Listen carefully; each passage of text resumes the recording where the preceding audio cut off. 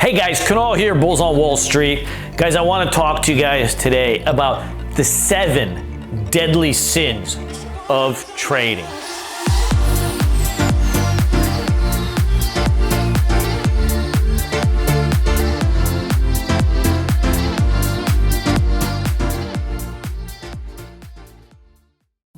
For those of you guys that have traded before or never even touched a stock, one of the things that you will learn over time is that the mental side of trading, these deep pitfalls that we get ourselves into, are the things that will make or break us as traders. Learning chart patterns is actually fairly easy. Draw some lines, learn a couple looks, have some processes. There's not rocket science to it. But the secondary part is actually being able to execute these trades, and the plans that you make out seems to be a little bit harder for most people. So what we want to do is understand what are the things that get us in trouble, how to identify them, and then of course what to do when we're confronted with them. But the first thing is to know that they're there.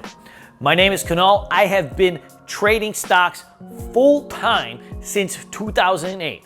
I started in the Great Recession, played the great bull market after that, COVID, the 2022 bear market. Every type of market you have thought of and seen and read about, I have traded and navigated them successfully. I have taught over 5,000 students my style of trend trading, which I believe is the best way to learn how to trade the stock market in the world, because it's the easiest way to ride trends and also play momentum names. So let's get started. The first deadly sin of day trading or just trading stocks in general is revenge trading.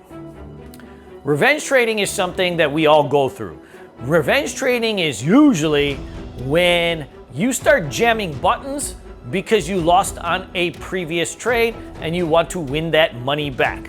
For example, in 2010, I was in a nasty slump and I was revenge trading nonstop. If I lost on my first trade of the day, what I would do is on my second trade, I would go double the size so that I could make back the money on the first one, which never works.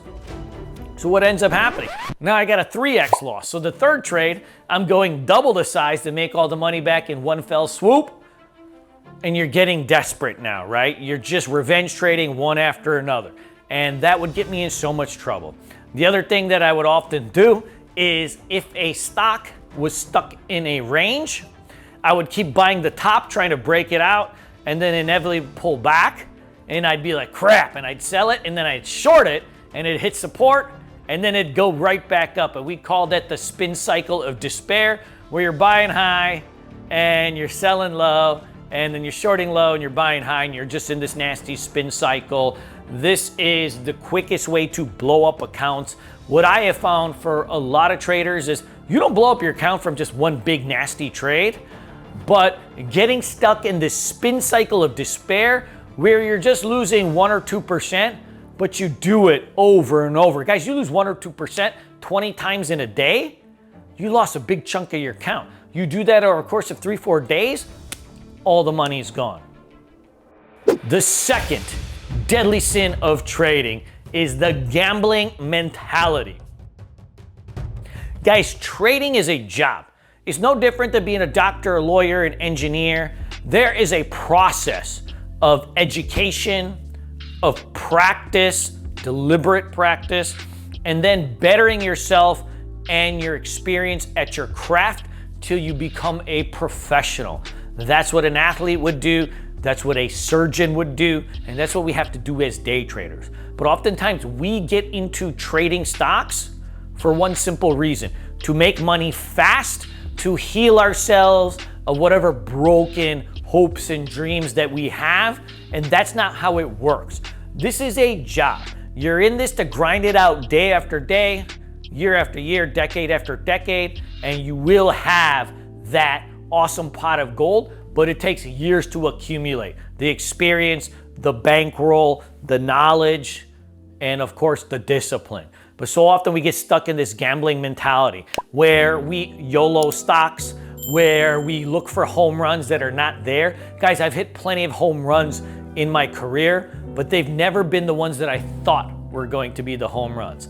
I've had dozens of trades where I thought this is the one that could set me up, and it never happens like that. And then I've hit some huge 6-figure and 7-figure trades in my career where they just came out of the blue, where preparation and hard work met luck and something happened that was awesome. Didn't expect it, it just came. So gotta get rid of that gambling mentality. Anytime you need the market to do something, it never works. The third deadly sin, emotional attachment. Guys, emotional attachment it's a heartbreaker. So often we fall in love with stocks. I got a bunch of guys in my chat room right now that love Elon Musk. So they love Tesla. We call them the Tesla fanboys, right? They have an emotional attachment. Tesla has bad news, they say, oh, it's gonna go back up. It has great news, they say it's gonna go even higher. But no matter what happens, they always think it's a long. Emotional attachment can also happen when you read up too much about a stock. Back when I was new, I used to read all the PRs in the morning. I'd go on the message boards, I'd read Yahoo Finance in Play, all these kind of things, and I'd read up on these companies that had news out, so I would start believing that this company's good, that this CEO is good, that this product is good. And so what I'm doing as I'm reading all this information is I'm becoming attached to this. I'm assigning myself to this company. This is a good CEO. This is a good company. Therefore, I can ignore the price action. So then the stock would go down, telling me now that this stock is probably a big turd, but I had an emotional attachment saying, no, this CEO is good, this product is good, this news is good, and so it should go back up, and I would get smoked out. Like I'd read these PRs on biotech names, and I'd be like, wow, that's great. This CEO really knows what he's doing. This is like the next level. And stock will go down 10%, 20%. I'm like, no, the market is getting this wrong. This news is good, right? No, the news is good if you buy it and it goes up.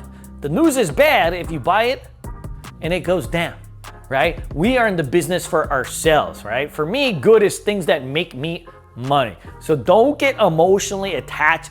These are just tickers. I trade much better when somebody's like, hey, what do you think of NEM? And I'm like, oh, sick. Awesome oil company, right? And they're like, it's gold. And it's like, whatever, right? Because I'm just looking at the chart. I'm looking at the price action. I'm letting that dictate to me whether this company is good or bad. They are just tickers. The next deadly sin. I actually think this is the worst one in all aspects of your life, not just trading. Sloth. There's nothing worse than sloth, being lazy, being unprepared. Guys, we are in the business with the smartest, most well-capitalized, and the biggest crooks in the history of the world. That's the stock market, full of rich sharks that got more money, more experience, more connections, and a lot less morals than you, and they're out there to take your money. If you roll into the market unprepared, unready to work, to put it on the line with everything you have, they're gonna take your money. I'm gonna take your money. So you cannot come in unprepared. If you're rolling out of bed, turning on your computer 20, 30, 40 minutes before the market opens, and you're like, hey, I'm gonna make some money, there's somebody out there that has been at this for a long period of time with millions or billions of dollars that's gonna take your money. So you gotta come in with everything you have. Your preparation, your discipline, your game plan has to be picture perfect. And if it is, you can compete with those big boys. You can beat those big boys. But that's where your edge is. Your edge is in your work ethic, in your preparation. If you don't have that, you have no edge, because they have the edge in capital, in knowledge, in insider knowledge, all of it. And so that's how you gotta beat them. If you even have a hint of sloth, you are not gonna win in this game. You come prepared or you go home. The next deadly sin, and we have this in all aspects of our life, the FOMO, the fear of missing out. FOMO will get you, right? The fear of missing out. You see a stock rip, you're not in it, all of a sudden the FOMO kicks in and you start jamming some buttons and you chase it.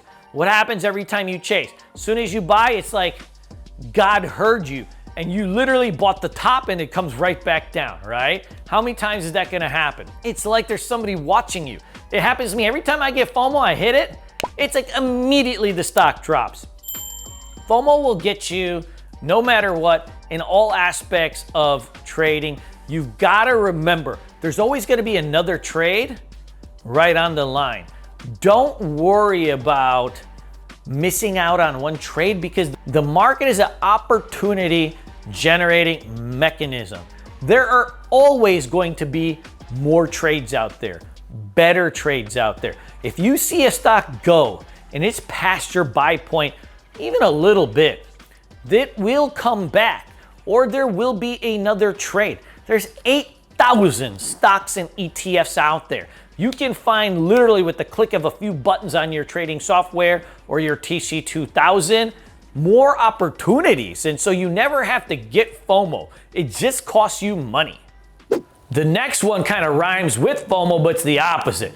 You have too much fear. You have too much fear to even chase it. You have the anti-FOMO.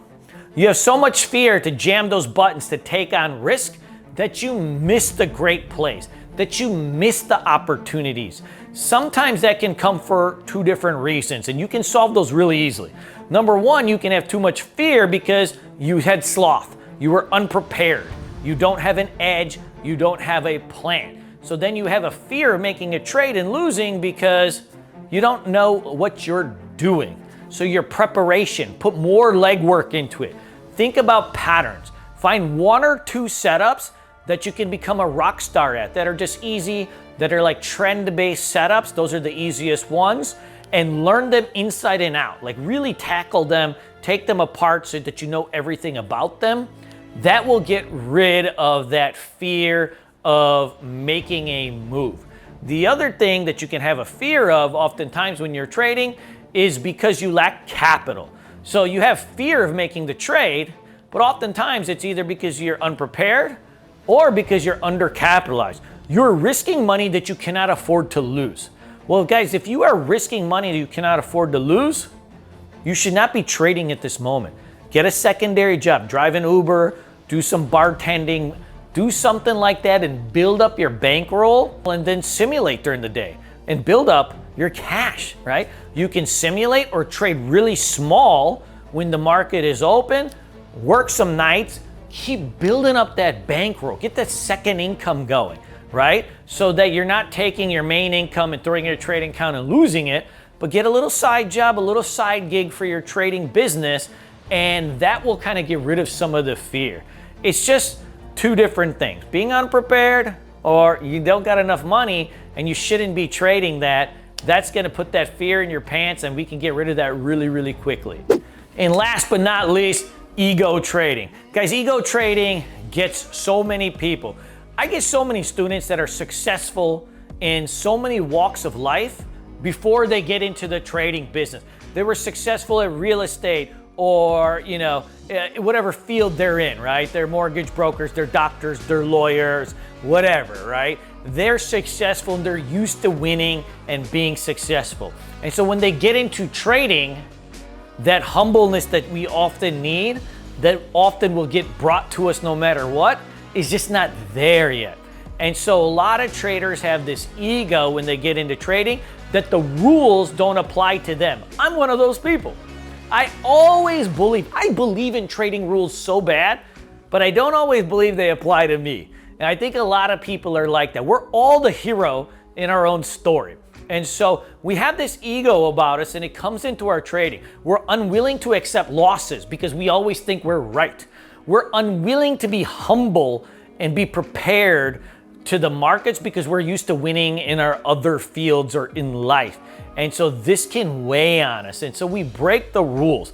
I've noticed that sometimes in my classes, the smartest, most analytical winners in whatever fields they're in tend to actually be some of the worst traders in the beginning because they always want to do things their own way. And then 6 months later, they come back to me and they're like, hey, I'm willing to go on the simulator. I'm going to build my business plan. Hey, I'm going to participate in the group work. hey, I'm gonna text you with my quiz answers and all of this kind of stuff. And then they come back and do things the right way after they've been humbled a little bit, and then they crush. But we all go through this. The ego, we have to set aside in our trading, because the market always knows best, and the market's gonna teach you a lesson no matter what and extract its tuition. So we gotta come in with a different mindset. Guys, these are the 7 deadly sins of trading.